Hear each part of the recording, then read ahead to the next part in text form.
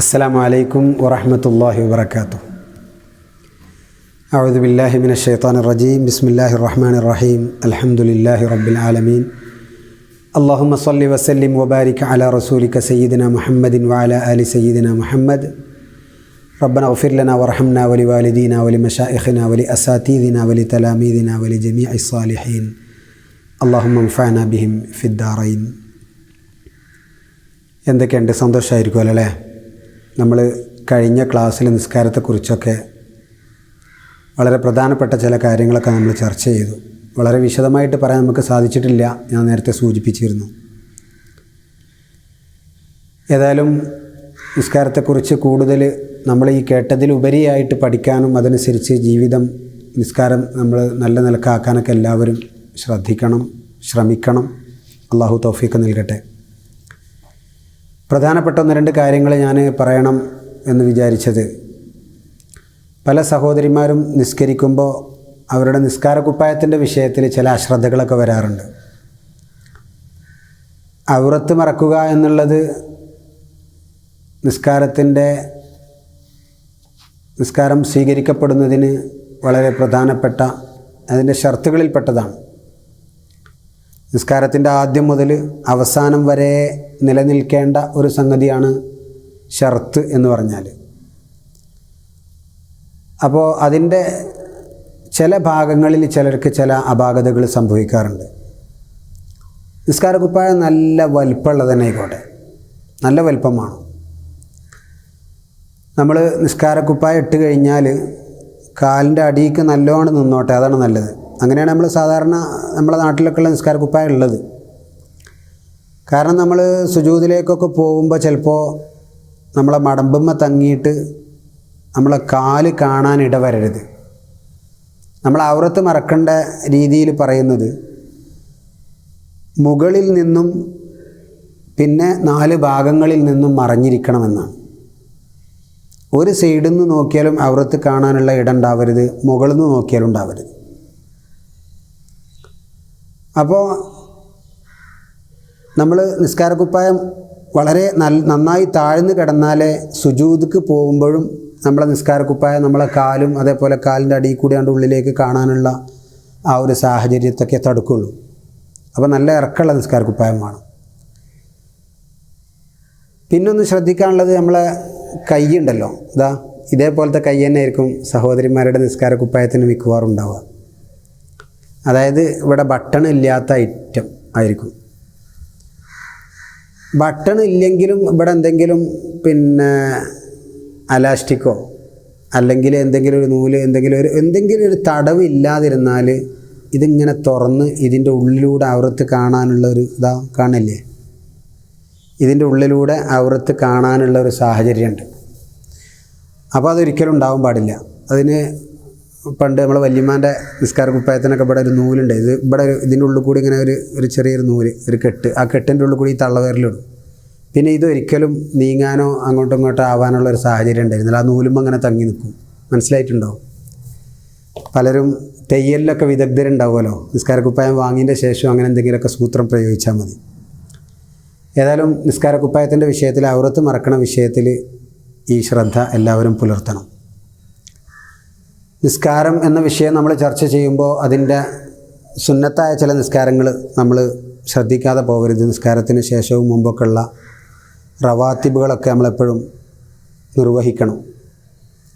നമ്മൾ ഫർളായ നിസ്കാരങ്ങൾ മാത്രം നിർവഹിച്ച് പോയാൽ നമ്മുടെ മേൽ ബാധ്യതയായത് നമ്മൾ വീട്ടി. പക്ഷേ അതിലെന്തെങ്കിലും പാകപ്പിഴകളൊക്കെ ഉണ്ടെങ്കിൽ അതൊക്കെ പരിഹരിക്കുക. ഇയാൾ എന്തൊക്കെ മാക്സിമം കൂടുതലായിട്ട് സിയാദയായിട്ട് എന്തൊക്കെ ചെയ്തിട്ടുണ്ട് എന്നുള്ളത് നോക്കിയിട്ടാണ്. അപ്പോൾ നമ്മൾ നിസ്കാരം പഠിച്ചങ്ങനെ എടുത്ത് നോക്കുമ്പോൾ അത് ഫാത്തിഹയിൽ ചെറിയ കുഴപ്പമൊക്കെ ഉണ്ട്, സുജൂദിൽ നെറ്റി ശരിക്ക് തട്ടിയിട്ടില്ല, മോന് അത്തയ്യാത്തോതിയൊന്നും വേറെ ഇടയ്ക്കേന്ന് ചിന്ത എന്നൊക്കെ പറഞ്ഞുകൊണ്ട് അതിൻ്റെ ന്യൂനതകൾ ഇങ്ങനെ എടുക്കുമ്പോൾ എന്തൊക്കെയോ കൂടുതൽ ഇനി വേറെ വല്ലതും നിസ്കാരം കൂടുതൽ ചെയ്തിട്ടുണ്ടോ എന്ന് നോക്കാൻ പറയുമെന്നാണ്. അപ്പോൾ അതിന് മുമ്പ് 4 റക്അത്ത് നിസ്കരിച്ചിട്ടുണ്ട്, ശേഷവും 4 റക്അത്ത് നിസ്കരിച്ചു, ആയിക്കോട്ടെ എന്നുള്ള നിലക്ക് ഈ നിസ്കാരത്തിൻ്റെ സ്വീകാര്യതയ്ക്ക് നമ്മുടെ സുന്നത്ത് നിസ്കാരങ്ങൾ കാരണമാകും എന്നുള്ളതാണ്. അപ്പോൾ എന്ത് ചെയ്യണം? സുന്നത്ത് നിസ്കാരങ്ങൾ കഴിയുന്നത്ര നിർവഹിക്കാൻ അത് നമ്മുടെ ശീലമായി മാറണം. കുറേ കൂടുതൽ നിസ്കരിച്ചിട്ട് ഇടങ്ങാറാവേണ്ട കാര്യമില്ല. നമുക്ക് ഇബാദത്തുകൾ കൊണ്ടൊരിക്കലും നമുക്ക് ഒരു എന്താ പറയുക, ഒരു ക്ഷീണം അല്ല, ഒരു ചടപ്പ്, മടുപ്പ് വരാൻ പാടില്ല. ഇബാദത്തുകൾ ഖുർആൻ ഓതുകയാണെങ്കിലും വേണ്ടില്ല, നിസ്കരിക്കുകയാണെങ്കിലും വേണ്ടില്ല, എന്ത് കാര്യങ്ങൾ എന്തൊരു ഇടങ്ങാറാത് എന്നുള്ളൊരു രൂപത്തിൽ വരാതെ കഴിയുന്ന രീതിയിലുള്ള കാര്യങ്ങൾ. ഇബാദത്തുകളിൽ ഏറ്റവും ശ്രേഷ്ഠമായത് മാ ദീമ അലൈഹി സാഹിബുഹു എന്നുള്ളതാണ്. റസൂലുള്ളാഹി സ്വല്ലല്ലാഹു അലൈഹി വസല്ലം തങ്ങൾ പറഞ്ഞിട്ടുള്ളത് നമ്മൾ സ്ഥിരമായിട്ട് ചെയ്യാൻ കഴിയണം, ഒരു മടുപ്പും ഇല്ലാതെ സ്ഥിരമായിട്ട് നമുക്ക് ചെയ്യാൻ കഴിയുന്ന ഇബാദത്തുകൾ ഏതോ അതാണ് നമ്മൾ പതിവാക്കേണ്ടത്, അതാണ് നമ്മൾ ചെയ്യേണ്ടത്. അത് മുറിയാതെ ചെയ്യുകയും വേണം, നമുക്ക് ചടപ്പോ മടുപ്പോ ഇല്ലാതെ നല്ല നിലക്ക് ചെയ്യാൻ കഴിയുന്ന രീതിയിൽ. അപ്പോൾ സുന്നത്ത് നിസ്കാരങ്ങളൊക്കെ നമുക്ക് കഴിയുന്ന രീതിയിൽ എല്ലാ നിസ്കാരങ്ങൾക്കും മുമ്പും ശേഷവും ഒക്കെ ഉള്ളത് നമ്മൾ പതിവാക്കാൻ ശ്രമിക്കണം. സുബ്ഹിയുടെ മുമ്പുണ്ട്, ളുഹറിൻ്റെ മുമ്പും ശേഷമുണ്ട്, അസറിൻ്റെ മുമ്പുണ്ട്, മഗ്രിബിൻ്റെ ശേഷമുണ്ട്, മുമ്പും ചെറിയ ഖഫീഫായ ചെറിയ രീതിയിലുള്ള 2 റക്അത്ത് സുന്നത്ത് നിസ്കാരം പറഞ്ഞിട്ടുണ്ട് മഗ്രിബിൻ്റെ മുമ്പും. പിന്നെ ഇശാവിൻ്റെ മുമ്പും ശേഷമൊക്കെ ഉണ്ട്. ഈ സുന്നത്ത് നിസ്കാരങ്ങളൊക്കെ നമ്മൾ പതിവായി ചെയ്യാൻ ശ്രമിക്കുക. പിന്നെ ഇശാൻ്റെ ശേഷമുള്ള റവാത്തിബ് സുന്നത്തിന് ശേഷം വിത്ർ ഒരു 3 റക്അത്ത് കൂടി നിസ്കരിക്കാൻ ശ്രദ്ധിക്കണം. ഏതായാലും അള്ളാഹു നമ്മുടെ നിസ്കാരങ്ങളൊക്കെ സ്വീകരിക്കുമാറാകട്ടെ. അവൻ സ്വീകരിക്കുന്ന രീതിയിൽ, ശരിയായ രീതിയിൽ ഈ കർമ്മങ്ങളൊക്കെ ചെയ്യാനുള്ള തൗഫീക്ക്, അതിനെക്കുറിച്ചൊക്കെ പഠിക്കാനുള്ള ഒരു സാഹചര്യമൊക്കെ പഠിച്ച് നമുക്ക് തന്നനുഗ്രഹിക്കട്ടെ എന്ന് ദുആ ചെയ്യണം. അപ്പോൾ നിസ്കാരം നമ്മളെല്ലാവരും ശരിക്ക് നല്ലൽക്ക് പഠിക്കുക, അതനുസരിച്ച് ചെയ്യുക. മറ്റൊന്ന് നമുക്ക് ചർച്ച ചെയ്യാനുള്ളൊരു വിഷയം നോമ്പാണ്. നോമ്പിനെ കുറിച്ചാണ് ഇനി നമുക്ക് പറയാനുള്ളത്. നോമ്പ് നമ്മളൊക്കെ നോറ്റുകൊണ്ടിരിക്കുകയാണ് അല്ലേ? റമദാൻ മാസത്തിലാണ് നോമ്പ് നമ്മൾ കാര്യമായിട്ട് നോൽക്കാറുള്ളത്. റമദാനിൽ അല്ലാതെയും നമുക്ക് നോമ്പുണ്ട്, നോമ്പ് നോൽക്കേണ്ടതുണ്ട്. എല്ലാ തിങ്കളാഴ്ചയും വ്യാഴാഴ്ചയും നോമ്പ് നോൽക്കണം. അതേപോലെ സുന്നത്ത് നോമ്പുകൾ പലതുമുണ്ട്, അതൊക്കെ നോൽക്കണം. ഏതായാലും നോമ്പിൻ്റെ കാര്യങ്ങൾ നമ്മൾ ജസ്റ്റ് ഒന്ന് പറഞ്ഞു നോക്കുക.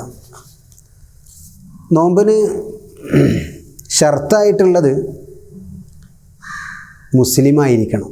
നമ്മുടെ നാടുകളിലൊക്കെ പലരും ഇപ്പോൾ നമ്മളിങ്ങനെ എല്ലാവരും നോമ്പ് നിൽക്കുന്നത് കണ്ടിട്ട് നമ്മളെ അയൽവാസി രാജനും തൊട്ടടുത്ത വീട്ടിലുള്ള ദേവിയും ഒക്കെ നോറ്റ് വരുന്ന ഒരു കാലമാണിപ്പോൾ. നമ്മളോട് എന്താ പറയുക, നമ്മളെ സുഹൃത്തുക്കളൊക്കെ നോൽക്കുന്നുണ്ടല്ലോ എന്നുള്ള നിലക്ക് മറ്റുള്ളവർ അത് നോമ്പ് എന്ന് പറയില്ല. അവർക്ക് അത് ആ പട്ടിണി കിടന്നുകൊണ്ട് ശരീരത്തിന് വല്ലതും കിട്ടാണ്ടെങ്കിൽ അത് കിട്ടും, പടച്ചോൻ്റെ അടുത്ത് നിന്ന് കൂലിയിട്ടില്ല. നോമ്പാവണോ, മുസ്ലിം ആവണം. അതേപോലെ പ്രായപൂർത്തിയായവരുടെ നോമ്പാണ് ശരിക്കും നോമ്പായി കൂട്ടുന്നത്. അതുവരെ ഉള്ളത് പ്രായപൂർത്തിയാകുന്നത് വരെ നമ്മുടെ കുട്ടികളൊക്കെ ചെയ്തുകൊണ്ടിരിക്കുന്നത് പ്രായപൂർത്തി ആയതിനു ശേഷം അവർക്ക് നോമ്പ് നോൽക്കാനുള്ളൊരു പരിശീലനമായിട്ടേ അത് കൂട്ടാൻ പറ്റുള്ളൂ. അതേപോലെ നോമ്പ് നോൽക്കണമെങ്കിൽ ബുദ്ധി വേണം. ഭ്രാന്തന്മാരും ചിലപ്പോൾ നോമ്പ് പറ്റും തരും. നോമ്പ് എന്ന് പറഞ്ഞാൽ ഇതേപോലെ നെയ്യത്തൊക്കെ വെച്ചിട്ട് ബുദ്ധിയൊന്നും ഇല്ലാതെ പിന്നെ ഇതേപോലെ പട്ടിണി കിടന്നു എന്നൊക്കെ വരും. അവരുടേത് നോമ്പായി കൂട്ടില്ല. അവർക്ക് നോമ്പൊക്കെ നിർബന്ധമില്ല കേട്ടോ. നോമ്പായി കൂട്ടണോ എന്ത് വേണം? ബുദ്ധിയും വേണം. അതുപോലെ നോമ്പ് ഒരാൾക്ക് നിർബന്ധമാവണമെങ്കിൽ അയാൾക്ക് നോമ്പ് നോൽക്കാൻ കഴിയണം. അതിന് ഏതെങ്കിലും രൂപത്തിൽ അയാൾക്ക് സാധ്യമല്ല എങ്കിൽ അയാൾക്ക് നോമ്പ് നോൽക്കാൻ നിർബന്ധമില്ല. അപ്പോൾ ഒരു പ്രായമായ ആൾ അല്ലെങ്കിൽ ഒരു ഭയങ്കര അസുഖം ഉള്ള ആൾ, അവർക്കൊന്നും നോമ്പ് നോൽക്കൽ നിർബന്ധമില്ല. നോമ്പ് നോൽക്കൽ നിർബന്ധമില്ല എന്ന് പറഞ്ഞാൽ നോമ്പ് നോൽക്കാൻ സാധിക്കുക എന്ന് പറഞ്ഞാൽ 2 രീതിയിലുണ്ട്. ഒന്ന് അയാളുടെ തടിക്ക് കഴിയുക, അല്ലെങ്കിൽ ശരീഅത്ത് അതിന് അനുവദിക്കാതിരിക്കുക. ഇപ്പോൾ സ്ത്രീകൾ, നമ്മുടെ സഹോദരിമാരൊക്കെ മാസത്തിൽ നിർബന്ധമായിട്ടും അവർക്ക് കുറച്ച് ദിവസങ്ങളിൽ നോമ്പ് നോൽക്കാൻ കഴിയാത്ത ഒരു സാഹചര്യം ഉണ്ടാവും. അവർക്ക് ചിലപ്പോൾ അത്താഴം കഴിക്കാനും പിന്നെ ഒന്നും കഴിക്കാതെ, ഭക്ഷണം കഴിക്കാതെ പകൽ മുഴുവൻ കഴിച്ചു കൂട്ടാനും ചിലപ്പോൾ ശരീരം കൊണ്ട് സാധിച്ചേക്കും. പക്ഷേ ശരീഅത്ത് അവർക്കത് അനുവദിക്കുന്നില്ല. അപ്പോൾ അവർക്ക് നോമ്പ് നോൽക്കാൻ സാധ്യമല്ല. അപ്പോൾ നോമ്പ് നോൽക്കാൻ സാധിക്കുന്നില്ല എന്ന ലിസ്റ്റിലാണ് അവരൊക്കെ വരുന്നത്. അപ്പോൾ നോമ്പ് നോൽക്കാൻ സാധ്യമാവുക 2 രീതിയിലും, അത് നോമ്പ് നിർബന്ധമാവാനുള്ള ഷർത്തുകളിൽപ്പെട്ടതാണ്. മുസ്ലിം ആവണം, ബുലൂഗ്, പ്രായപൂർത്തിയും ബുദ്ധിയൊക്കെ ബുദ്ധി ഉണ്ടായിരിക്കണം. അതേപോലെ നോമ്പ് നോൽക്കാൻ സാധിക്കണം. അങ്ങനത്തെ ആൾക്കാർക്കാണ് നോമ്പ് നിർബന്ധമാവുന്നത്. നോമ്പ് ശരിയാവാൻ 2 നിബന്ധനകളേ ഉള്ളൂ. 2 നിബന്ധന. ഒന്ന്, സുബ്ഹിയുടെ മുമ്പ് രാത്രിയിൽ തന്നെ നിയ്യത്ത് വെച്ചിരിക്കണം. നമ്മൾ നവൈത്തു സൗമഗദിൻ അൻ അദാ ഫർദ് റമദാനി ഹാദിഹി സനത്തിൽ ഇല്ലാഹി തആല നോമ്പിന് നിയ്യത്ത് വെക്കാറുണ്ട്. ഈ വർഷത്തെ റമദാനിലെ അദാ ആയ ഫർലായ നാളത്തെ നോമ്പിന് പടച്ചവന് വേണ്ടി അള്ളാഹുവിന് വേണ്ടി നോറ്റ് വീട്ടാൻ ഞാൻ കരുതി എന്നുള്ള നിയ്യത്ത്. ആ നിയ്യത്ത് സുബിഹി ബാങ്ക് കൊടുക്കണതിന് മുമ്പ് തന്നെ ചെയ്യണം. അതിൻ്റെ ശേഷം ചെയ്തിട്ട് കാര്യമില്ല. രാത്രി തന്നെ നിയ്യത്ത് വെക്കണം. നമ്മുടെ മദ്ഹബിലെ ഒരു അഭിപ്രായ പ്രകാരം റമദാനിൻ്റെ ആദ്യത്തെ ദിവസം അല്ലെങ്കിൽ റമദാനിലൊരു ദിവസം ഇനി ഈ റമദാനിലെ എല്ലാ ദിവസവും ഞാൻ നോമ്പ് നോൽക്കാൻ കരുതി എന്ന് പറഞ്ഞാൽ അത് ശരിയാകും എന്ന അഭിപ്രായക്കാരുണ്ട്. അപ്പോൾ അതനുസരിച്ച് നമുക്ക് എന്തെങ്കിലുമൊക്കെ നോമ്പ് നിയ്യത്ത് വെക്കാൻ മറന്നു പോയാൽ ഈ നിയ്യത്തുമ്മേ അതാണ് ശരിയായി കിട്ടും. അപ്പോൾ പക്ഷേ ഓരോ ദിവസവും അന്നാന്നേക്ക് വേണ്ടി ഓരോ രാത്രിയിലും നിയ്യത്ത് വെക്കലാണ് അതിൻ്റെ പൂർണ്ണത. അങ്ങനെ തന്നെ എല്ലാവരും ചെയ്യണം.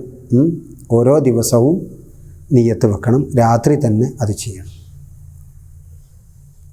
ഇത്രയുമാണ് നോമ്പ്. നോമ്പിൻ്റെ സുന്നത്തുകൾ ധാരാളമുണ്ട്. അതിൽ പ്രധാനപ്പെട്ടതാണ് അത്താഴം കഴിക്കുക എന്നുള്ളത്. റസൂലുള്ളാഹി സ്വല്ലല്ലാഹു അലൈഹി വസല്ലം തങ്ങൾ പറഞ്ഞിട്ടുള്ളത് തസഹറു ഫഇന്ന ഫി സഹൂരി ബറക. നിങ്ങൾ അത്താഴം കഴിക്കണം. അത്താഴ സമയത്ത് എന്തെങ്കിലുമൊക്കെ ഒന്ന് കഴിക്കണം, എന്തെങ്കിലുമൊക്കെ ഒന്ന് കഴിക്കണം. റസൂലുള്ളാഹി സ്വല്ലല്ലാഹു അലൈഹി വസല്ലം തങ്ങൾ പറഞ്ഞിട്ടുള്ളതാണ് എന്തെങ്കിലുമൊക്കെ ഒന്ന് കഴിക്കണം. അത് അത്താഴം കഴിക്കുകയാണ് എന്ന ആ ഉദ്ദേശത്തോടു കൂടെ നാളെ നോമ്പ് വെൽക്കുന്നുണ്ട്, അതുകൊണ്ട് ഇന്ന് ഞാൻ അത്താഴം കഴിക്കുകയാണ് എന്നുള്ളൊരു ഉദ്ദേശത്തോടു കൂടെ കഴിക്കുക. നിങ്ങളൊന്ന് ഒന്ന് പരിശീലിച്ച് നോക്കുന്നുണ്ട്. നോമ്പ് അത്താഴമൊന്നും കഴിക്കാതെ നോമ്പ് നോൽക്കുന്നതും ജസ്റ്റ് ഒരു ഗ്ലാസ് വെള്ളവും അല്ലെങ്കിൽ ഒരു ഈത്തപ്പഴം മാത്രം കഴിച്ചിട്ട് അത്താഴം കഴിക്കുന്നതും നോമ്പ്. അപ്പോൾ നമ്മളെ അനുഭവത്തിൽ നിന്ന് തന്നെ നോക്കുക. നമ്മളെ അനുഭവം നോക്കുക. നോമ്പ് നമ്മൾ അത്താഴത്തിനൊന്നും എണീക്കാതെ നോമ്പ് നോറ്റാൽ അന്ന് നല്ല ക്ഷീണം ഉണ്ടാവും. അത്താഴം കഴിക്കാതെയുള്ള നോമ്പ് ക്ഷീണം ഉണ്ടാവും. അതേ സമയത്ത് അത്താഴം വെറുതെ ഒരു ഗ്ലാസ് വെള്ളം ഒരു ഈത്തപ്പഴം മാത്രമേ കഴിച്ചിട്ടുള്ളൂ എന്നുണ്ടെങ്കിൽ പോലും അന്ന് പകൽ കൂടുതലൊന്നും വിശപ്പൊന്നും ഉണ്ടാവില്ല. അതാണ് റസൂലുള്ളാഹി സ്വല്ലല്ലാഹു അലൈഹി വസല്ലം തങ്ങൾ പറഞ്ഞ ഫഇന്ന ഫി സഹൂരി ബറക എന്ന് പറഞ്ഞതിൻ്റെ അർത്ഥം. അത്താഴം കഴിക്കുക, അതിലൊരു ബർക്കത്തുണ്ട്. അപ്പോൾ നിർബന്ധമായിട്ടും കഴിക്കുക. നിങ്ങൾക്ക് എന്തെങ്കിലും വെള്ളം എന്തെങ്കിലും ഒന്ന് കഴിച്ചേ തീരും. അത് പ്രത്യേക സുന്നത്താണ്, നോമ്പിൻ്റെ സുന്നത്താണ്. അതുപോലെ നോമ്പിനുള്ള മറ്റൊരു സുന്നത്താണ് പെട്ടെന്ന് സമയമായാൽ പിന്നെ പെട്ടെന്ന് നോമ്പ് തുറക്കുക എന്നുള്ളത്. നോമ്പ് പെട്ടെന്ന് തുറക്കുക. ബാങ്ക് ആയാലും ഞാൻ അള്ളാഹുവിന് കൂടുതൽ തൃപ്തി ആയിക്കോട്ടെ എന്ന് വിചാരിച്ചിട്ട് നോമ്പ് മഗ്‌രിബായിട്ടും കഴിക്കണില്ല, തറാവീഹ് കഴിഞ്ഞിട്ടും കഴിക്കണില്ല, ഇനി ലാസ്റ്റ് കിടന്നുറങ്ങാൻ നേരത്ത് നിർബന്ധിച്ചിട്ട് കുറച്ച് മാത്രം, അങ്ങനെയൊന്നുമില്ല. പടച്ചോന് ഏതാ ഇഷ്ടം? സമയമായി കഴിഞ്ഞാൽ ഉടനെ നോമ്പറക്കുക. റസൂലുള്ളാഹി സ്വല്ലല്ലാഹു അലൈഹി വസല്ലം തങ്ങൾ ഈ വിഷയത്തിൽ പറഞ്ഞിട്ടുള്ളത് ലാ യസാലുന്നാസു ബി ഖൈരിൻ മാ അജ്ജലുൽ ഫിത്ര. നോമ്പ് എത്രയും പെട്ടെന്ന് സമയമാവണം കേട്ടോ. നേരത്തെ തുറക്കുക, അസർക്കന്നെ നോമ്പ് തുറക്കാന്നല്ല. സമയമായാൽ നോമ്പ് എത്രയും പെട്ടെന്ന് തുറക്കുന്നിടത്തോളം കാലം ജനങ്ങൾ നല്ല നന്മയിലായിരിക്കും ഉണ്ടാവുക. ലാ യസാലുന്നാസു ബി ഖൈരിൻ, ഓൽക്കെന്നും ഉണ്ടാവുള്ളൂ, നന്മ ഉണ്ടാവുള്ളൂ. അപ്പോൾ നോമ്പ് തുറക്കൽ വാങ്ക് ആയാൽ സമയമായി കഴിഞ്ഞാൽ, സൂര്യാസ്തമയം സംഭവിച്ചു കഴിഞ്ഞാൽ എത്രയും പെട്ടെന്ന് നോമ്പ് തുറക്കുക എന്നുള്ളത് നോമ്പിൻ്റെ സുന്നത്തുകളിൽപ്പെട്ടതാണ്. നോമ്പ് മുറിയുന്ന കാര്യങ്ങൾ നമ്മളൊന്ന് ചർച്ച ചെയ്ത് നോക്കുക. നോമ്പ് മുറിയുന്ന കാര്യങ്ങൾ അറിഞ്ഞുകൊണ്ട്, ഞാൻ നോമ്പുകാരനാണ്, ഇതൊക്കെ ചെയ്താൽ നോമ്പ് മുറിയും എന്ന് അറിഞ്ഞുകൊണ്ട് ചെയ്താലാണ് നോമ്പ് മുറിയുക. അറിയാതെ ഒരാൾ 4 പൊറാട്ട അടിച്ചു, 2 ഗ്ലാസ് വെള്ളം കുടിച്ചു, നോ പ്രോബ്ലം, നോമ്പ് മുറിയില്ല. നോമ്പ് മുറിയണമെങ്കിൽ അറിഞ്ഞുകൊണ്ട് ചെയ്യണം. അപ്പോൾ അറിഞ്ഞുകൊണ്ട് എന്ത് ചെയ്താലാ? ഉള്ളിലേക്ക്, ശരീരത്തിൻ്റെ ഉള്ളിലേക്ക് തുറന്ന ദ്വാരങ്ങളിലൂടെ എന്തെങ്കിലും കടക്കുക എന്നുള്ളതാണ്. അതിൽ എന്തെങ്കിലും ഭക്ഷണം കഴിക്കുക, വെള്ളം കുടിക്കുക, ശരീരത്തിൻ്റെ ഉള്ളിലേക്ക് തുറന്ന ദ്വാരങ്ങളിലൂടെ എന്തെങ്കിലും തടിയുള്ളത് പ്രവേശിക്കുക എന്നുള്ളതാണ്. ഒരു തടി ശരീരത്തിൻ്റെ ഉള്ളിലേക്ക് തുറന്ന ദ്വാരങ്ങളിലൂടെ പ്രവേശിക്കുക എന്നുള്ളതാണ്.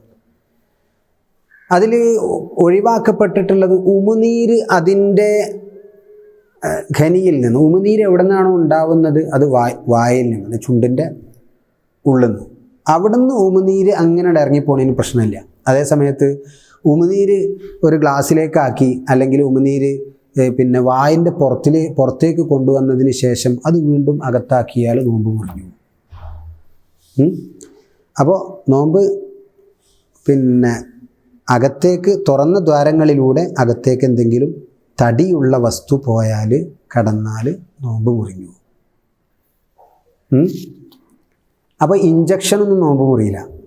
ഇഞ്ചക്ഷൻ എന്ന് പറഞ്ഞാൽ നമുക്ക് തുറന്ന ദ്വാരമല്ല, അതപ്പോൾ ആ കുത്തി വെച്ചിട്ട് നേരെ ഉള്ളിലേക്കാണ് കയറ്റണം. അപ്പോൾ തുറക്കപ്പെട്ടൊരു ദ്വാരമല്ലായിരുന്നു അത്. പിന്നെ ജൗഫ് എന്ന ഉള്ള് എന്ന് പറഞ്ഞ ഒരു സ്ഥലം, ജൗഫ് എന്ന് നമ്മുടെ ഇഞ്ചക്ഷൻ ചെല്ലുന്ന സ്ഥലങ്ങൾക്ക് പറയാൻ കഴിയൂല എന്നുള്ളതാണ് ഡോക്ടർമാരെ ഉദ്ധരിച്ചുകൊണ്ട് പണ്ഡിതന്മാർ സ്ഥിരീകരിച്ചിട്ടുള്ളത്. അപ്പോൾ ഇഞ്ചക്ഷൻ അതുപോലെ എന്തെങ്കിലും ക്ഷീണമോ തളർച്ചയൊക്കെ ഉണ്ടായാൽ എന്തെങ്കിലും ഒരു ഗ്ലൂക്കോസൊക്കെ കയറ്റി നിർത്തിയിട്ടും നമ്മളെ ശരീരത്തിൻ്റെ കണക്ക് പ്രകാരം നോമ്പ് മുറിയുകയില്ല. കോവിഡ് വാക്സിൻ എടുക്കാൻ പറ്റുമോ എന്നൊക്കെ ചോദിച്ചിട്ട് ആൾക്കാർ മസാല ചോദിച്ചുകൊണ്ട് വന്നിരുന്നു. അപ്പോൾ ഇതാണ് അതിൻ്റെ മസാല. ഇഞ്ചക്ഷൻ നോമ്പ് മുറിയുകയില്ല. പിന്നെ നോമ്പ് മുറിയാനുള്ള മറ്റ് ചില കാരണങ്ങൾ, ഭാര്യയുമായി ബന്ധപ്പെട്ട സംയോഗം ചെയ്യുക നോമ്പ് മുറിയും. അതിലിപ്പോൾ നമ്മൾ പറഞ്ഞ സംഭവമുണ്ട്. എന്ത്? തുറന്ന ദ്വാരങ്ങളിലൂടെ, ശരീരത്തിൻ്റെ തുറന്ന ദ്വാരങ്ങളിലൂടെ തടി എന്തെങ്കിലും ഉള്ളിലേക്ക് പ്രവേശിക്കുക എന്നുള്ള സംഭവം ഉണ്ടായില്ല, ജിമാ എന്നുള്ളത്. അതുപോലെ ഇന്ദ്രിയം പുറപ്പെടുവിക്കുക, വെറുതെ അങ്ങനെ ഇരിക്കുന്നത്. അയാൾക്ക് ഒരു അസുഖമുണ്ട്, അങ്ങനെ ഒരു സ്ഖലനം എന്നുള്ളൊരു അസുഖമുണ്ട് വെക്കുക. ഇങ്ങനെ ഇരിക്കുന്ന ഇടയിൽ അയാൾക്കാണ് സ്ഖലനം സംഭവിച്ചു, ഇന്ദ്രിയ സ്ഖലനം സംഭവിച്ചു, നോമ്പ് മുറിയില്ല. അതേ സമയത്ത് അയാൾ ഇഷ്ടപ്രകാരം, സ്വയം സ്വയം ഉദ്ദേശപ്രകാരം അയാൾ എന്തെങ്കിലും കൈക്രിയകളിലൂടെയോ മറ്റോ ഇന്ദ്രിയം പുറപ്പെടുവിച്ചതാണെങ്കിൽ നോമ്പ് മുറിഞ്ഞു പോകും. അപ്പോൾ ഇസ്തിംനാ എന്നാണ് ഇതിന് പറയാം. ഇന്ദ്രിയം പുറപ്പെടുവിക്കുക, അത് പിന്നെ നോമ്പ് മുറിയുന്ന കാര്യങ്ങളാണ്. അതേ സമയത്ത് ഭാര്യയെ ഒന്ന് ചുംബിക്കുന്നതിനോ അവളെ തൊടുന്നതിനോ അല്ലെങ്കിൽ അതൊന്നും നോമ്പ് മുറിയുന്ന കാര്യങ്ങളല്ല. ഇനി അവളുമായിട്ടിങ്ങനെ സംസാരിച്ചിരുന്നു, അങ്ങനെ എന്തെങ്കിലുമൊക്കെ സല്ലപിച്ചിരുന്നത് കാരണത്താൽ മതി എന്ന് പറഞ്ഞ ആ ദ്രാവകം വന്നാലും നോമ്പ് മുറിയുകയില്ല. ഇന്ദ്രിയ സ്ഖലനം സംഭവിച്ചാൽ മാത്രമേ നോമ്പ് മുറിയുകയുള്ളൂ. മതി പുറപ്പെട്ടാൽ മാലിക്കി മദ്ഹബിൽ നോമ്പ് മുറിയുമെന്നുള്ളതാണ്. നമ്മുടെ മദ്ഹബിൽ അത് നോമ്പ് മുറിയില്ല. അപ്പോൾ നമ്മൾ നേരത്തെ പറഞ്ഞ ഒന്നായിട്ടുള്ള നീയത്ത് വെച്ച് കാണ്ടുള്ള ഒരു രൂപമാകുമ്പോൾ പിന്നെ നമ്മൾ അത്തരം കാര്യങ്ങളൊക്കെ വളരെയധികം ശ്രദ്ധിക്കേണ്ടത്. ഒട്ടും ഇതുപോലുള്ള മതി പോലുള്ള അല്ലെങ്കിൽ സുറുമയിടൽ പോലുള്ള കാര്യങ്ങളൊന്നും നമ്മളിൽ നിന്ന് ഉണ്ടാവാൻ പാടില്ല. കാരണം അത് മറ്റു മദ്ഹബുകളിലെ അഭിപ്രായങ്ങളനുസരിച്ച് നോമ്പ് മുറിയുന്ന കാര്യങ്ങളാണ്. ഇനി മറ്റൊന്ന് ശ്രദ്ധിക്കാനുള്ളത്, നോമ്പ് നോറ്റാൽ ഉണ്ടാക്കി ഛർദ്ദിക്കാൻ പാടില്ല. വിരലോ അല്ലെങ്കിൽ എന്തെങ്കിലുമൊക്കെ വായിലിട്ടിട്ട് അണ്ണാക്കിലിട്ടിട്ട് വിരൽ തോണ്ടിയാൽ അല്ലേ ഓക്കാനം വന്ന് ഛർദ്ദിക്കും. ആ ഉണ്ടാക്കി ഛർദ്ദിക്കുക വഴി നോമ്പ് മുറിഞ്ഞു പോകും. അപ്പോൾ ഉണ്ടാക്കി ഛർദ്ദിക്കാൻ പാടില്ല, നോമ്പ് മുറിഞ്ഞു പോണ സംഗതികളിൽപ്പെട്ടതാണ്. നമ്മൾ കഫത്തിൻ്റെ ശല്യമൊക്കെ ഉണ്ടെന്നുണ്ടെങ്കിൽ നമ്മൾ ഒന്ന് കഫം പുറത്തെടുക്കാൻ ശ്രമിക്കും. അതൊന്നും ഉണ്ടാക്കി ഛർദ്ദിക്കലിൽ പെടില്ല, അതുകൊണ്ടൊന്നും പ്രശ്നമില്ല. നമുക്ക് കിട്ടാവുന്ന സ്ഥലത്ത് കഫം എത്തിയതിന് ശേഷം അത് വീണ്ടും വിഴുങ്ങിയാൽ നോമ്പ് മുറിയും. അത് പുറത്തെടുക്കണതിന് പ്രശ്നമില്ല എന്ന്. പിന്നെ നമ്മൾ നോമ്പ് ചിലപ്പോൾ രോഗങ്ങൾ കാരണത്താലോ അല്ലെങ്കിൽ എന്തെങ്കിലും നോമ്പ് മുറിഞ്ഞത് കാരണത്താലൊക്കെ നമുക്ക് നോമ്പ് നഷ്ടപ്പെടാൻ സാധ്യത ഉണ്ടല്ലോ. നോമ്പ് നഷ്ടപ്പെട്ടാൽ അത് വീട്ടൽ നിർബന്ധമാണ്. അത് ഖളാ വീട്ടണം, വീട്ടൽ നിർബന്ധമാണ്. ഞാൻ നോമ്പ് നോറ്റ് തുടങ്ങി, എന്തെങ്കിലും കാരണവശാൽ എൻ്റെ നോമ്പ് ഒരു 10 മണിക്ക് അല്ലെങ്കിൽ ഉച്ചയ്ക്ക് എപ്പോഴായിരുന്നാലും വേണ്ടില്ല എനിക്ക് നോമ്പ് നഷ്ടപ്പെട്ടു പോയാൽ, ഞാൻ അന്നേ ദിവസം എനിക്ക് നോമ്പില്ല, ശരീഅത്തിൻ്റെ നിയമപ്രകാരം എനിക്ക് നോമ്പില്ലെങ്കിൽ പോലും ഞാൻ അന്ന് നോമ്പുകാരൻ നിൽക്കുന്ന പോലെ അന്നപാനീയങ്ങൾ ഒഴിവാക്കി, നോമ്പ് മുറിയുന്ന കാര്യങ്ങളൊക്കെ ഒഴിവാക്കി തന്നെ നിൽക്കണം. ജിമാ പോലുള്ള സാധനങ്ങളൊന്നും എൻ്റെ അടുത്ത് ഉണ്ടാവാൻ പാടില്ല. നോമ്പില്ല എങ്കിൽ അപ്പോൾ ഇത്തരം കാര്യങ്ങളൊക്കെ ഒഴിവാക്കുന്നതിന് അവന് പ്രതിഫലം കിട്ടും. പക്ഷേ ജിമാഇനെ കുറിച്ച് മനസ്സിലാക്കിയിട്ടുണ്ടാകും, നോമ്പുകാരൻ എങ്ങാനും ഭാര്യയുമായി ജിമാ ചെയ്താൽ നോമ്പുകാരന് തുടർച്ചയായ 2 മാസം നോമ്പ് നോക്കണം. അത് അതിൻ്റെ ശിക്ഷയാണ്, കഫാറത്താണ്. നോമ്പ് ഖളാ വീട്ടുകയും വേണം, പിന്നെ കഫാറത്തായിട്ട് തുടർച്ചയായ 2 മാസം നോമ്പ് അനുഷ്ഠിക്കുകയും വേണം, നോമ്പുകാരനായി ഭാര്യയുമായി ബന്ധപ്പെട്ടാൽ. അപ്പോൾ അത്തരം കാര്യങ്ങൾ വളരെയധികം ഗൗരവത്തോടെ ശ്രദ്ധിക്കേണ്ട വിഷയമാണ്. അപ്പോൾ നോമ്പ് നമുക്ക് നഷ്ടപ്പെട്ടാൽ അത് ഖലാ വീട്ടണം. നോമ്പ് നഷ്ടപ്പെട്ടാലും അന്നത്തെ ദിവസം നമ്മൾ ഇംസാക്ക് എന്നാണ് പറയുക. നോമ്പ് കാരനെ പോലെ തന്നെ അന്നപാനീയങ്ങൾ ഒഴിവാക്കി നോമ്പ് മുറിയുന്ന മറ്റ് കാര്യങ്ങളൊക്കെ ഒഴിവാക്കി തന്നെ നമ്മൾ നിൽക്കേണ്ടതുണ്ട്. ഇനി ഒരു പ്രായമായ ആൾ അല്ലെങ്കിൽ ഒരു രോഗം ബാധിച്ചത് കാരണത്താൽ അയാൾക്ക് ഇനി നോമ്പ് നോൽക്കാൻ കഴിയും എന്നൊരു പ്രതീക്ഷയുമില്ല. അങ്ങനത്തെ ആൾക്കാർ റമദാൻ വന്നാൽ അവർക്ക് റമദാനിലെ നോമ്പ് നോൽക്കാൻ സാധിക്കില്ല. ഓരോ നോമ്പിനും ഓരോ മുദ്ദ് വീതം ഫക്കീർ മിസ്കീന്മാർക്ക് അവർ ദാനം ചെയ്യണം. ഓരോ നോമ്പിനും പകരമായിട്ട് ഓരോ മുദ്ദ് വീതം അവർ ഫക്കീർ മിസ്കീന്മാർക്ക് അവർ ദാനം ചെയ്യണം എന്നുള്ളതാണ്. അതേപോലെ നമ്മൾ റമദാനിലെ നോമ്പ് നമുക്ക് ഖലാ ആയിപ്പോയി. അപ്പോൾ സ്ത്രീകൾക്കൊക്കെ തീർച്ചയായിട്ടും റമദാനിൽ അവരുടെ സാധാരണഗതിയിൽ നോമ്പ് ഒരാഴ്ചയോളം അവർക്ക് നഷ്ടപ്പെടും. നഷ്ടപ്പെട്ട നോമ്പുകൾ അടുത്ത റമദാൻ വരുന്നതിന് മുമ്പ് തീർച്ചയായും അത് നോറ്റ് വീട്ടുക തന്നെ വേണം. അടുത്ത റമദാൻ വരുന്നതിന് മുമ്പ്. അടുത്ത റമദാൻ വരെ നോറ്റില്ലെങ്കിൽ രണ്ടാമത്തെ റമദാൻ വന്നു കഴിഞ്ഞാൽ ഇത് പിന്തിപ്പിച്ചതിനുള്ള ഒരു ഫൈനുണ്ട്. അതും ഒരു മുദ്ദാണ്. പിന്തിപ്പിച്ചതിനുള്ള ഫൈൻ ഒരു മുദ്ദ്. അപ്പോൾ 2020 എനിക്ക് റമദാനിൽ നോമ്പ് നഷ്ടപ്പെട്ടു. 21 ആകുമ്പോഴേക്ക് ഞാനത് നോറ്റോളണം. 21 ആകുമ്പോഴും അയാൾ 20 നോമ്പ് നോറ്റ് വീട്ടിയിട്ടില്ലെങ്കിൽ ഒരു മുദ്ദും കൊടുക്കണം, ആ നോമ്പ് ഖലാ വീട്ടുകയും വേണം. 22 ആകുമ്പോഴും 20 നോമ്പ് വീട്ടിയിട്ടില്ലെങ്കിൽ 2 മുദ്ദും കൊടുക്കണം. 2 മുദ്ദ് മിസ്കിന്മാർക്ക് അല്ലെങ്കിൽ ഫക്കീറുകൾക്ക് കൊടുക്കണം. പിന്നെ എന്തും വേണം, ആ നോമ്പ് ഖലാ വീട്ടുകയും വേണം. അങ്ങനെ പിന്തിപ്പിക്കുന്ന കൊല്ലങ്ങൾക്ക് എണ്ണം അനുസരിച്ച് അയാൾ മുദ്ദ് കൊടുക്കണം, അയാളെ നോമ്പ് ഖലാ വീട്ടുകയും വേണം എന്നുള്ളതാണ്. ഇനി ഈ നോമ്പ് ഒഴിവാക്കിയത് ഇയാൾക്ക് രോഗമോ മറ്റോ ആയത് കാരണത്താലാണെങ്കിലാണ് ഇത്.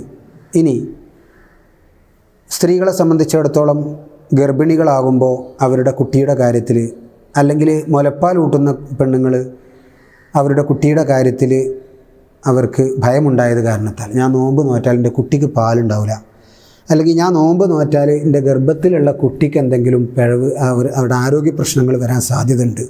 നമ്മൾ നോമ്പ് ഒഴിവാക്കുന്നത് നമുക്ക് വേണ്ടിയല്ല, നമുക്ക് അസുഖം ഉണ്ടായതുകൊണ്ടല്ല, നമ്മുടെ കുട്ടിയെ ഭയന്നതിന് വേണ്ടിയാണ്.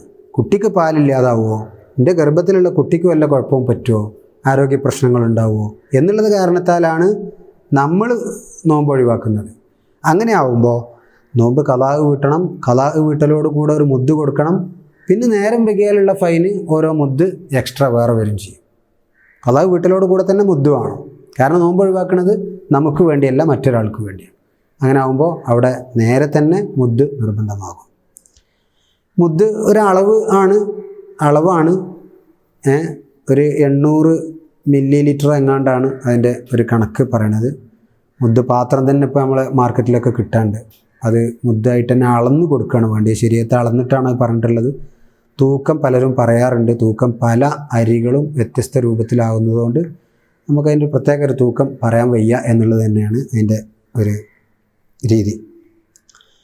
നമുക്ക് സക്കാത്ത് കൂടെ പറയാനുണ്ട്. സക്കാത്തിൽ കാര്യമായിട്ട് നമുക്ക് ഒന്നും കൂടുതൽ പ്രതിപാദിക്കേണ്ട ആവശ്യമില്ല എന്ന് തോന്നുന്നു. കാരണം നമ്മുടെ നാട്ടിൽ സക്കാത്ത് കൊടുക്കപ്പെടേണ്ട ഈ ഭക്ഷണ പദാർത്ഥങ്ങളൊന്നും വല്ലാതെ ഉണ്ടാവണില്ല എന്നുള്ളത് കൊണ്ട്, സക്കാത്ത് എന്ന് പറഞ്ഞാൽ നമ്മുടെ സമ്പത്തിനെ ശുദ്ധീകരിക്കാൻ വേണ്ടി ശരീഅത്ത് നിശ്ചയിച്ചിട്ടുള്ള ഒരു സംഗതിയാണ്, നിർബന്ധമായിട്ടുള്ള സംഗതിയാണ്. സക്കാത്ത് 2 തരത്തിലാണുള്ളത്. ഒന്ന് സക്കാത്തുൽ മാല്, മറ്റൊന്ന് സക്കാത്തുൽ ബദന്. സക്കാത്തുൽ മാല് 8 സാധനങ്ങളിലാണ് സക്കാത്തുൽ മാലുള്ളത്. ഒന്ന് സ്വർണം, 2 വെള്ളി, പിന്നെ ആട്, മാട്, ഒട്ടകം, പിന്നെ നമ്മൾ സ്ഥിരമായിട്ട് കഴിക്കണ നമ്മളെ ഭക്ഷണം ഏതാണോ അത്, കൂത്ത് എന്ന് പറയും, പിന്നെ മുന്തിരി, പിന്നെ ഈത്തപ്പഴം, കാരക്ക.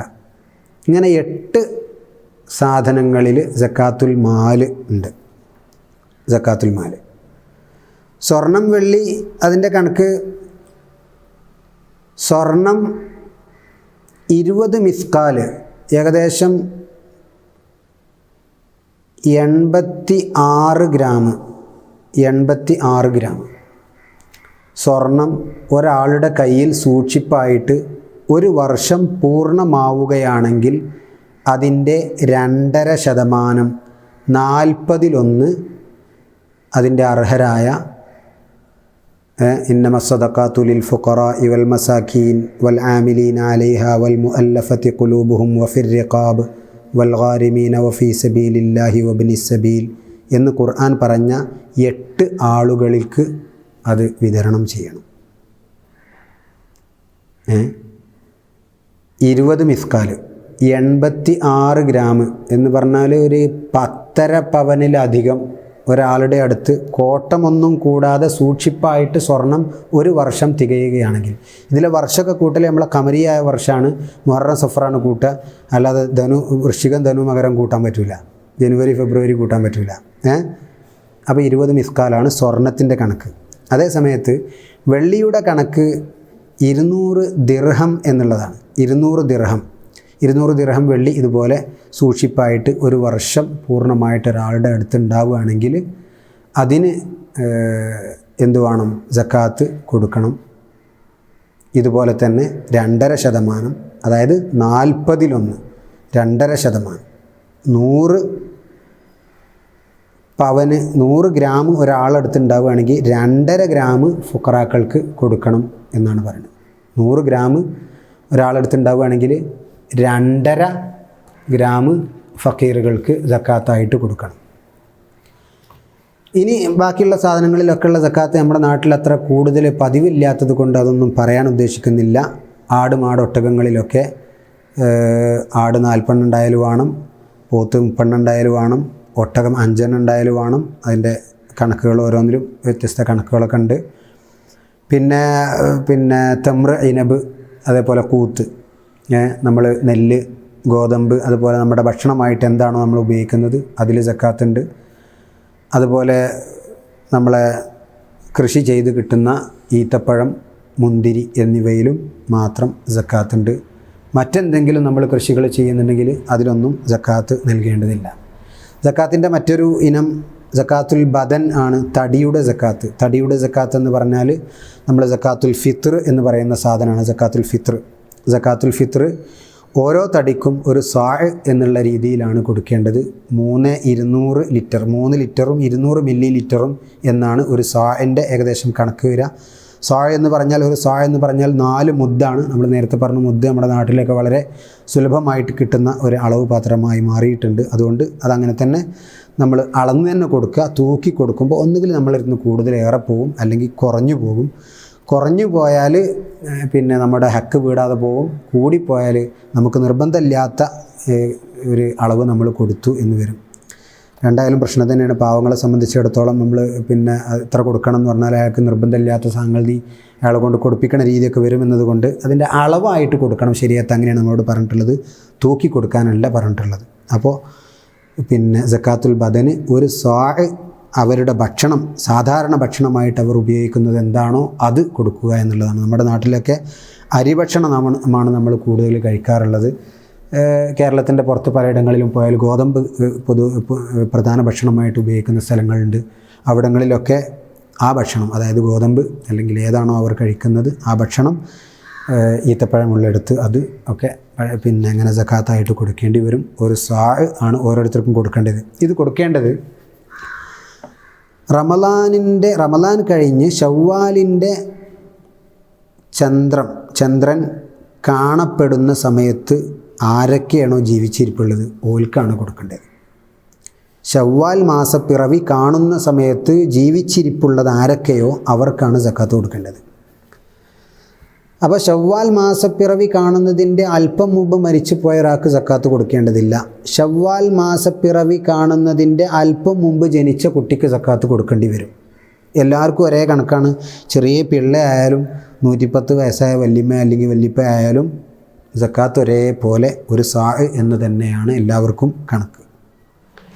സക്കാത്ത് കൊടുക്കേണ്ടത് ശവ്വാൽ മാസപ്പിറവി കാണുന്ന സമയത്ത് ജീവിച്ചിരിപ്പുള്ളവരാരോ അവർക്കാണ് കൊടുക്കേണ്ടത്.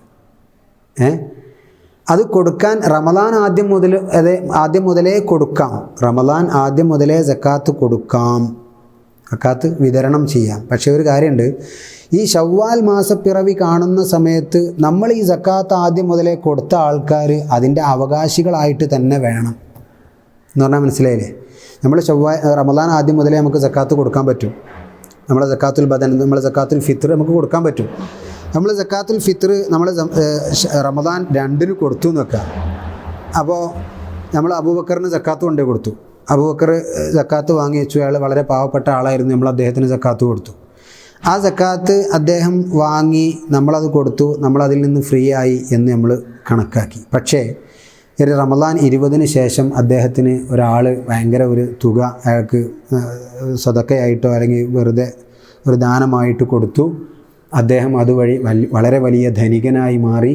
അങ്ങനെ ശവ്വാൽ മാസപ്പിറവി കാണുന്ന സമയത്ത് സക്കാത്ത് വാങ്ങാനുള്ള അർഹരുടെ ലിസ്റ്റിൽ അബൂബക്കറിനെ പെടുത്താൻ കഴിയൂല എന്നുണ്ടെങ്കിൽ അയാൾ കൊടുത്ത ആ സംഗതി ആ ഒരു സക്കാത്തായിട്ട് കൂട്ടൂല. അപ്പോൾ ഇയാൾ വീണ്ടും മറ്റു അർഹരെ തേടി അയാൾ വീണ്ടും സക്കാത്ത് കൊടുക്കേണ്ടതായിട്ട് വരും എന്നുള്ള അർത്ഥം മനസ്സിലായിട്ടുണ്ടാവും അല്ലേ? അപ്പോൾ സക്കാത്ത് റമദാൻ ആദ്യം മുതലേ കൊടുക്കാം. പക്ഷേ എന്ത് വേണം? ശവ്വാൽ മാസപ്പിറവി കാണുന്ന സമയത്ത് അയാൾ അർഹനായിട്ട് തന്നെ വേണം. ഇങ്ങനെയാണ് സക്കാത്ത് ശവ്വാലിൻ്റെ പെരുന്നാൾ മുമ്പ് തന്നെ വിതരണം ചെയ്യണം. ശവ്വാലിൻ്റെ പെരുന്നാൾ നിസ്കാരത്തിൻ്റെ മുമ്പ് തന്നെ വിതരണം ചെയ്യണം. അതാണ് ഏറ്റവും ശ്രേഷ്ഠമായത്. അത് എല്ലാവർക്കും ഒരുപോലെ സന്തോഷത്തോടു കൂടെ പെരുന്നാൾ കൂടാനുള്ള കൂടുക എന്നുള്ളൊരു ഹിക്മത്ത് കൂടി അതിലുണ്ട് എന്ന് പണ്ഡിതന്മാർ നമ്മളെ പഠിപ്പിച്ചിട്ടുണ്ട്. ഇൻഷാ അല്ലാഹ് നമുക്ക് കൂടുതൽ ഈ വിഷയങ്ങളിലൊക്കെ പഠിക്കാനും അതനുസരിച്ചൊക്കെ നമ്മുടെ ജീവിതം ഇബാദത്തുകൾ തിട്ടപ്പെടുത്താനും അള്ളാഹു നമുക്ക് തൗഫീക്ക് നൽകട്ടെ എന്ന് ദുആ ചെയ്യുകയാണ്. നമ്മൾ സക്കാത്തിൻ്റെ അർഹരെ നമ്മൾ ആയത്ത് പറഞ്ഞു, ഇന്നമ സദഖാത്തു ലിൽ ഫുഖറാഇ വൽ മസാക്കീൻ. ഫുഖറാ മസാക്കീൻ ഇങ്ങനെ 2 ടീമുണ്ട്, ഫക്കീറുകളും മിസ്കീന്മാരും. ഫക്കീർ എന്ന് പറഞ്ഞാൽ പണ്ഡിതന്മാർ അതിനെ പഠിപ്പിച്ചിട്ടുള്ളത് 10 രൂപ ജീവിക്കാൻ ആവശ്യമുള്ളയിടത്ത് അയാൾക്ക് 2 റുപ്യ കിട്ടണുള്ളൂ. അയാൾക്ക് വരവ് വളരെ കുറവാണ്, ചിലവാണ് കൂടുതൽ. മിസ്കീൻ എന്ന് പറഞ്ഞാൽ 10 രൂപ ആവശ്യമുള്ളിടത്ത് അയാൾക്കൊരു 6 7 അല്ലെങ്കിൽ 8 ഒക്കെ രൂപയെ കിട്ടണുള്ളൂ. അപ്പോൾ രണ്ടും ഇനിയും കിട്ടാൻ ആവശ്യമുള്ള ആൾക്കാരാണ്. പക്ഷേ ഫക്കീർ വളരെ തുച്ഛം മാത്രമേ അയാൾക്ക് കിട്ടണുള്ളൂ എന്നുള്ള ഫക്കീർ മിസ്കീൻ. ഇന്നമ സദഖാത്തു ലിൽ ഫുഖറാഇ വൽ മസാക്കീൻ വൽ ആമിലീന അലൈഹ. ആമിലീന അലൈഹ എന്ന് പറഞ്ഞാൽ സക്കാത്ത് പിരിവുകാർ എന്ന് പറഞ്ഞിട്ട് നമ്മുടെ ഇസ്ലാമിക ശരീഅത്തിലൊക്കെ ഉണ്ടാവും. നമ്മുടെ നാട്ടിലിപ്പോൾ നിലവിലില്ല. അതുകൊണ്ട് അങ്ങനെ ആമിലീൻ അലൈഹ എന്ന് പറഞ്ഞാൽ സക്കാത്തിൻ്റെ പിരിവുകാർ, അതിൻ്റെ മേലിൽ എന്ന് പറഞ്ഞാൽ ഇപ്പോൾ ആടുകളെ അല്ലെങ്കിൽ ഒട്ടകങ്ങളെ അല്ലെങ്കിൽ മാടുകളെ കാലികളൊക്കെ സക്കാത്ത് എണ്ണി കണക്കൂട്ടി അതിനെ കൊണ്ടുവന്ന് അത് ആവശ്യക്കാർക്ക് വിതരണം ചെയ്ത്, അല്ലെങ്കിൽ നെല്ല്, അതുപോലെ കൂത്ത്, ഈത്തപ്പഴം, മുന്തിരി, ഇത്തരം കാര്യങ്ങളൊക്കെ സക്കാത്തുകൾ തോട്ടങ്ങളിൽ പോയി കണക്ക് കൂട്ടി അതൊക്കെ ഒരുമിച്ച് കൂട്ടി കൊണ്ടുവന്ന് അർഹർക്ക് വിതരണം ചെയ്യുന്ന ഒരു പ്രത്യേക വിഭാഗം തന്നെ ഇസ്ലാമിക ശരീഅത്തിന് കീഴിലുണ്ടാവും. അതാണ് അൽ ആമിലീന അലൈഹ എന്ന് പറഞ്ഞാൽ.